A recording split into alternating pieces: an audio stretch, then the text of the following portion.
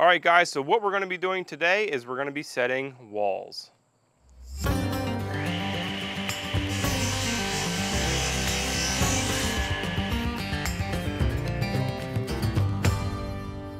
So what we're going to be doing, guys, is we're going to be setting this wall right here. This is our first wall that we're going to be setting. It is our largest, so if we can set this one, we'll be good for all of the other ones.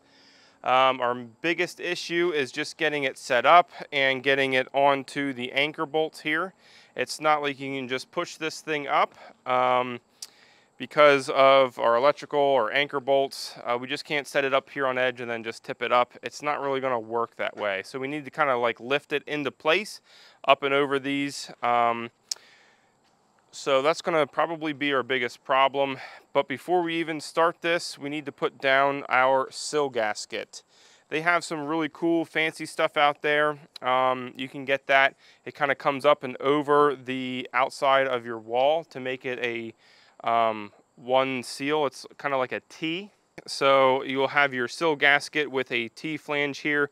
One will go over your block or your foundation. The other part will go up over your wall. So that's a really cool idea. You can do those. This stuff's super cheap at Lowe's or Home Depot. The stuff we have has some ribs on it. It's a little thinner in the middle, but a little bit thicker on the ribs. So there's stuff that's flat, there's stuff that's ribbed like this. I don't really think it matters. We are going to put the ribbed section up.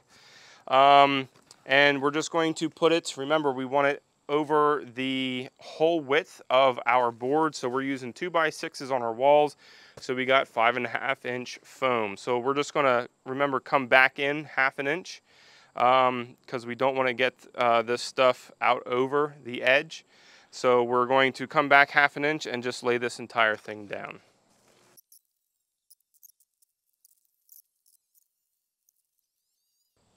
All right, so there you go. So we just cut around our electrical and we just pushed it down over our anchor bolts, and we just left that 1/2 inch gap out here. That way our pressure treated sill plate lands right onto our sill gasket. So we have it run from end to end. We have it flush on this side because we're coming down with our garage door there. We have 1/2 inch off over here because, again, we're running our walls up this way with a 1/2 inch gap over there. So the next thing, we are going to try and figure out how to get this thing set up and lift it into place. So we'll get back to you once we get that all figured out. Ready? 1, 2, 3. Yep.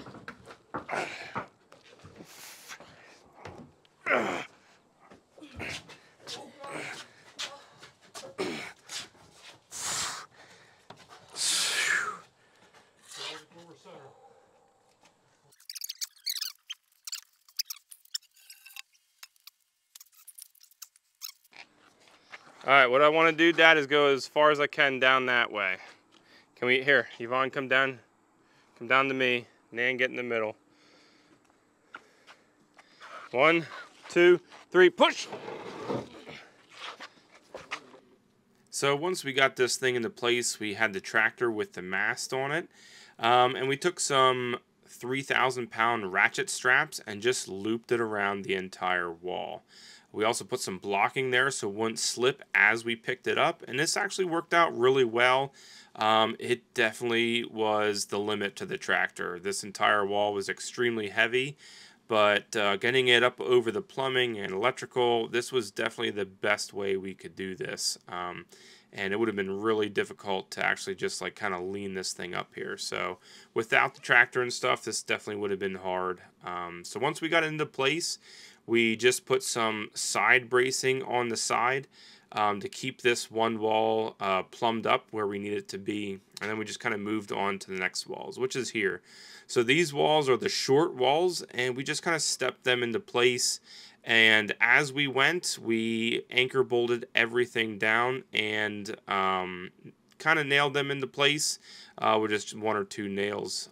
We didn't want to totally nail them down to keep them, you know, a little bit movable if we needed to. So here we're doing the back wall. These were larger sections. We did 3 of them across the back. And you'll see here on the left side, we left that open because we needed a stud to go there. So you guys will see that here in a little bit when we show you a little later in the video on how we kind of made those things go together. But you can see my wife and my dad here, they're kind of just getting it set onto the anchor bolts. And then they just kind of put the nuts and washers on there, and that kind of pretty much holds the wall down. And like I said, we just put a couple nails in there to make those things actually hold down. Alright guys, so what we're doing right now is we're putting up our sections of wall. We're up here on the top. I wanted to show you a little bit more about the sill gasket and how we're putting that down. So right here we have our sill gasket, and we're putting that down first, putting it through our pins. So we have our pins right here. You can see them here. These are our anchor bolts, and we're just pushing it down over the top. This is the Home Depot stuff. You can see these ripples in here, or these ribs, and that actually holds it really well from side to side, so we can still keep our 1/2 inch of gap here, because we only want this sitting on the 2x6, the pressure treated. So we still want to keep our gap because our sheathing's going flush to this outside. So we've just been rolling this down here, rolling it out as we go. Right below me here, we got 2 more sections for this back part here. We also have, we got to put some our top sill plate on. We left the sheathing high to accept that, because in the back here we still need to put some, actually the whole way we need to put some. So we're going to go from that corner out here probably to about somewhere here in the back, and get that for just one piece of top plate from the corner to somewhere here in the back, knit all those wall sections in together that we put up individually. Right now we got Yvonne over there. She's brush cutting. We got a lot of helpers today brush cutting. Say hi, helpers. There's Nan and Parker. We had all this stuff that was just kind of in our way, especially here in the corner. You also see here in the back, we still have a good, nice little trench moat going on here. We need to fill that with 2B stone yet, so that's going to be a little bit, but we're just going to get everything cleared away and just keep putting up sections of wall. So that's what we're up to now. We got this middle one in the corner, working our way right around to the front, where we can get to our garage door and put our header and stuff in. So we'll keep at it. So here is the second wall that we're putting up to the back. Again, like you can see, on the right side there, right where the seam is where a stud is going to go. And after here in a little bit, I'll show you exactly how I put that wall stud in there. It's kind of difficult a little bit to get them down onto the anchor bolts. You just kind of shimmy them around a little bit. So that's what my wife and my dad are doing there. And like I said, we bolted them down as we went, and we used a pry bar underneath it or a piece of wood and helped get that piece out. Since these were so long, we kind of wrapped them around the bottom up to the top, and that kind of worked out best for that. So right here where I'm at now, this is where we kind of ran into our one and only issue with the walls not being super square. We actually had to take the saw and just trim less than 1/2 inch off of it and a little bit at the top on the actual OSB itself, just to make it fit. But once we got that trimmed up, everything else from here on out really worked in really well. So this was the only issue we had. Really thankful, because like I said, this has taken us probably, half an hour just to get that thing in there. But like so, right here we're looping it around the bottom. And just centering that up, getting the weight distribution right, and it just worked out really well, getting these walls moved around and stuff. Without the tractor and that boom on there that we have, it would have been extremely difficult to do that. So And as they moved on, again, they're just bolting them down in place, and they just held in pretty well just like that. All right, guys, so we left this section open. We need a stud in here to combine our two walls and where our sheathing lands. So this is out a little bit, so what we're going to do is we're going to hammer a nail into here.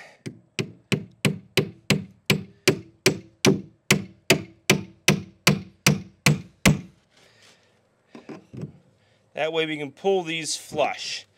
Okay, so that's good. Get our stud in here. Okay, so there we're centered. We'll send some nails down through the top. 1, 2, 3 nails down at a 45 here. We're going to come down 45 here. We'll leave that go for now. Let's work on the bottom here. Get this tapped in. Okay, so we're going to pull this out. Like that. Okay. So we'll pull out on this nail, get us straight, and we'll shoot one right in here in the front. That'll hold me in place.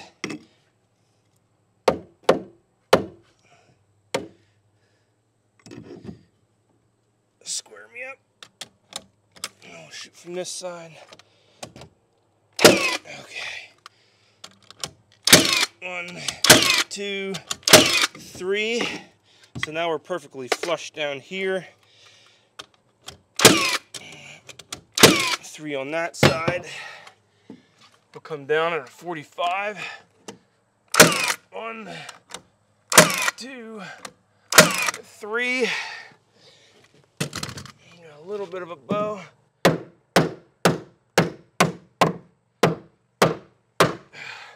All right, we are in. Sink this one up a little bit here. Drive this one home. There we go. So now we have our two walls connected where we had the joint. Now we might have a little bit of a bow here or a bend, but we'll take care of that later. Once we get our top plate on, we'll do the same thing. We'll get all this stuff flushed up, but right now this is good to go. So here it is. We are setting our last stepped wall. With this one here, guys, you can kind of see there at the very corner, what we're using is California corners.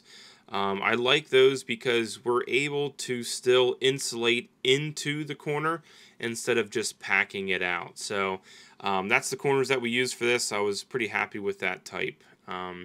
So again, they're just kind of holding stuff in place. We're getting that corner nailed into place and then just continuing to set these stepped walls. These turned out pretty good on this side as well. If you notice the top plate, once we set this thing completely down, how even all 3 sections of these wall is all across. So that just goes into the planning that we did and the meticulous measurement and stuff. There you can see it. Everything just lines up so well, even though we use this type of modular system with this wall. So here is the next piece. This is probably the hardest one to pick up. You'll see here we kind of fumbled it with the strap right here. It kind of slips out. It's so long. It's a little bit difficult, so that's why I had to have my dad and my wife on this one. Once we got it into place, though, we kind of ran into an issue, and you can actually see one of my mistakes here. So the board on the end, we didn't allow sheathing on that last wall that we had set there to overlap. So what I ended up having to do is just rip a piece of OSB zip sheathing and put it in there. But that's just one of those things that you just kind of deal with as you go along. Now you'll see here that we're kind of fumbling around here with trying to get this thing set in right. And the reason for that is because it's a little bowed out. And I'll kind of detail that here in a sec for you. Alright guys, if you can see this, we're good down here at the bottom. We come up here, and you can see that we're out a little bit, probably a 1/4 of an inch. and then at the top, it goes back in. So what we're gonna do is we're gonna work from the bottom. We're gonna come up and we're gonna stitch it back in.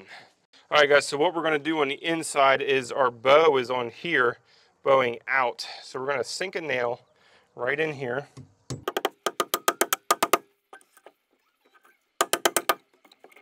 Okay, then we're gonna use our hammer as leverage. We're gonna push this way and it's gonna pull out on the wall. More?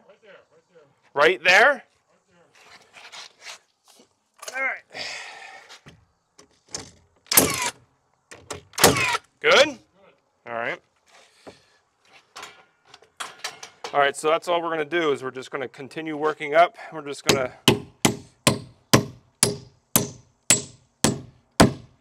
put that guy right in there. So we'll work up probably another 1.5 feet up here and just kind of tie it back in. Hopefully once we get to the top, we'll have to maybe do the opposite and push out. So that's exactly what we did. We ended up just going about 3/4 of the way up, pulling that bow back in, and then at the top we actually ended up pushing out the top to get this thing straight. It needs a little coercion sometimes, and this did the trick. All right, guys, today what we're going to be doing is putting our rest of our top plate on, and I wanted to show you guys how we're doing that, what we're doing here in the corners, and the nailing pattern for joining our walls together. So right here we have a wall. This first wall right here is coming across all the way to the end, and this wall here butts up against it. So what we're going to do is take our top plate here, we're just going to slide it all the way here to the edge.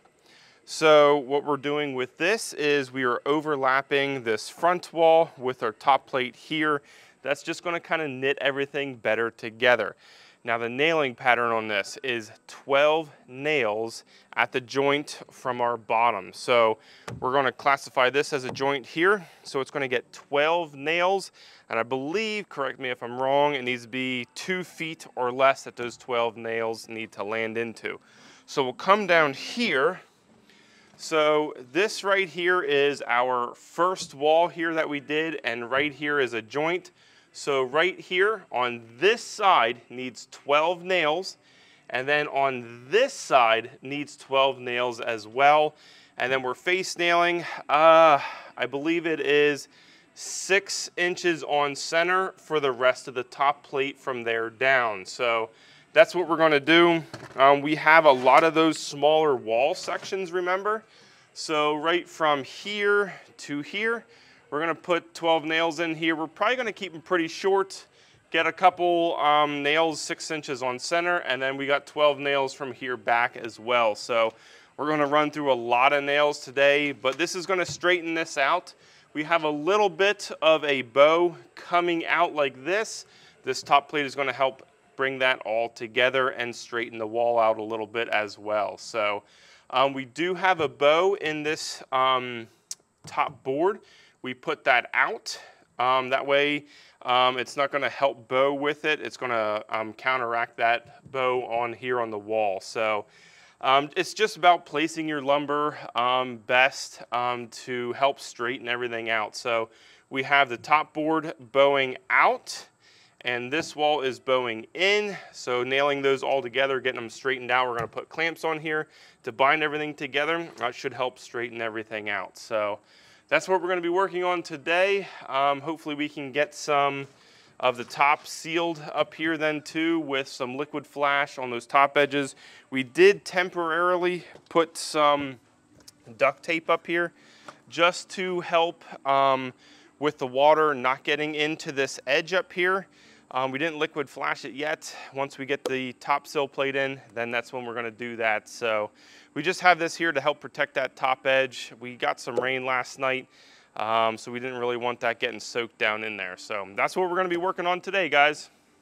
So here you can see that board. You can definitely see that it's curved. It's probably about 1 inch, maybe 1.25 inches away from the wall sheathing there. So that just kind of shows you how bowed this is.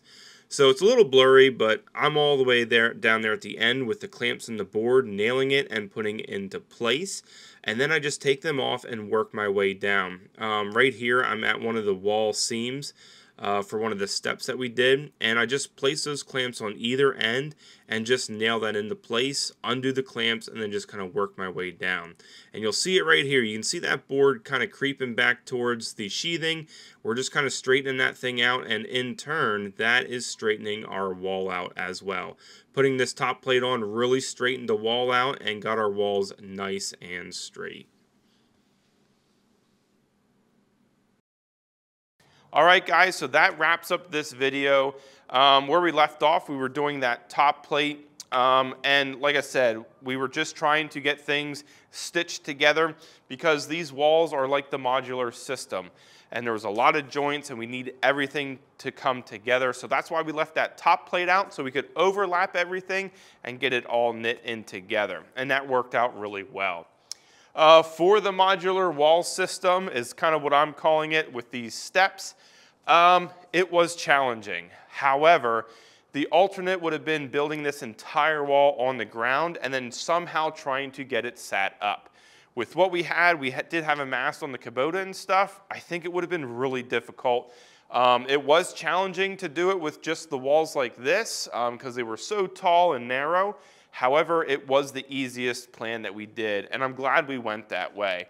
The one challenge with this, though, is because there are so many small walls and stuff, the joints on here was difficult to get them flush on the outside with the sheathing. I was on the inside here with the hammer and nail just kind of manipulating stuff in or out while my dad was on the outside with a level to get it nice and flush and letting me know when I could nail these into place. So with the modular system, it definitely was a lot more work. However, with the equipment and the personnel that we had, it actually did work out really well. And like that back wall that I showed you, that was the only problem that we actually had with things not being super square. And that's one thing that I gotta say with this is your measurements have got to be on. Everything has got to be super square for it to line up and really fit in. We did have to manipulate some things, but we did get it to where I was really happy with the way we did it. So I'm glad we did the wall system. Definitely would have been super hard without the tractor and having the mast on there and setting it in place. So you would just need a little bit more manpower if you didn't have that kind of a system. So for the next video that we're going to be doing, it is going to be headers for a garage door and a man door for the garage. So make sure you guys check that out. I'm glad you guys were here for this one. It was quite long, but I'm glad you stayed tuned. I hope you guys enjoyed this video. If you did, make sure you hit that like button and head over to Appalachian DIY for more videos. Thanks again, guys, and I hope to see you next time.